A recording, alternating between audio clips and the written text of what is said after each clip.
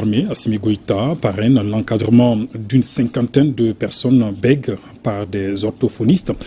Un parrainage qui s'inscrit dans le cadre de la 27e édition de la Journée mondiale du bégaiement. Tchemoko Konati.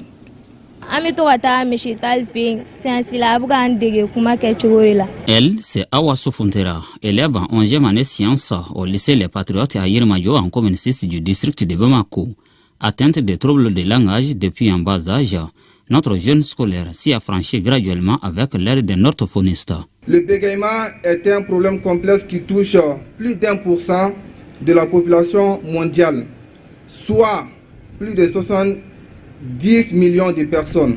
Pourtant, ce trouble de la parole reste méconnu et souvent stigmatisé. Les personnes atteintes sont des fois sujets aux moqueries. Un état de fait déplorable qui inspire le président de la transition à étendre ses œuvres sociales aux personnes atteintes de bégaiement se présentant comme une forme de handicap. En effet, le général d'armée Assimi Goïta se propose de parrainer 50 personnes bègues. Un parrainage qui se situe dans le cadre de la 27e édition de la Journée mondiale du bégaiement, célébrée chaque année le 3 décembre. Parce que nous savons que le bégaiement est méconnu en général au Mali. La prise en charge de ces bègues-là peut leur permettre leur épanouissement. Nous avons des orthophonistes qui vont les former à prendre mieux en charge leur handicap pour qu'ils puissent bien s'épanouir. La prise en charge de ces 50 personnes va concerner leur apprentissage en orthophonie généralement. Le moins que l'on puisse dire, c'est que les actions menées à la faveur de cette 27e édition de la Journée mondiale du bégaiement ont comblé les attentes, même si beaucoup reste à faire. Ces œuvres sociales du président de la transition, poursuit le conseiller spécial, vont continuer à s'intensifier et à se diversifier au bénéfice d'autres couches qui en expriment le besoin.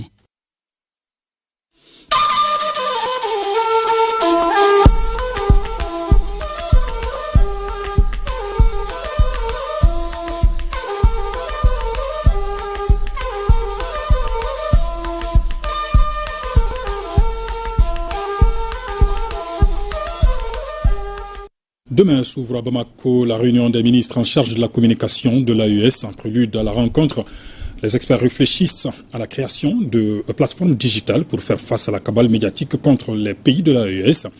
Au deuxième jour des travaux, les spécialistes ont finalisé certains documents, notamment sur la création de la télé et de la radio AES. Des documents qui seront soumis demain à la réunion ministérielle. Youssouf Diakité. Les experts de la Confédération des États du Sahel sont à Bamako pour réfléchir sur la faisabilité de la mise en route des outils de communication de la zone. Il s'agit de la télévision, de la radio et des plateformes digitales de la Confédération. Cette initiative, c'est dans l'optique de la confirmation de la souveraineté des États de la Confédération. Les enjeux sont importants.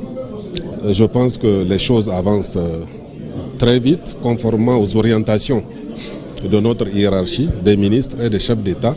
À la clôture de notre session, il sera procédé au lancement officiel symbolique de la Web TV. Tous sont unanimes que la communication reste l'un des maillons essentiels pour l'atteinte des objectifs de la souveraineté d'un État. Nous pouvons déjà lancer les plateformes.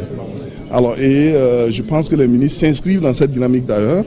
Ils vont lancer ce qui pourrait faire l'objet d'animation de façon concertée entre les trois pays. Nous irons dans ce sens.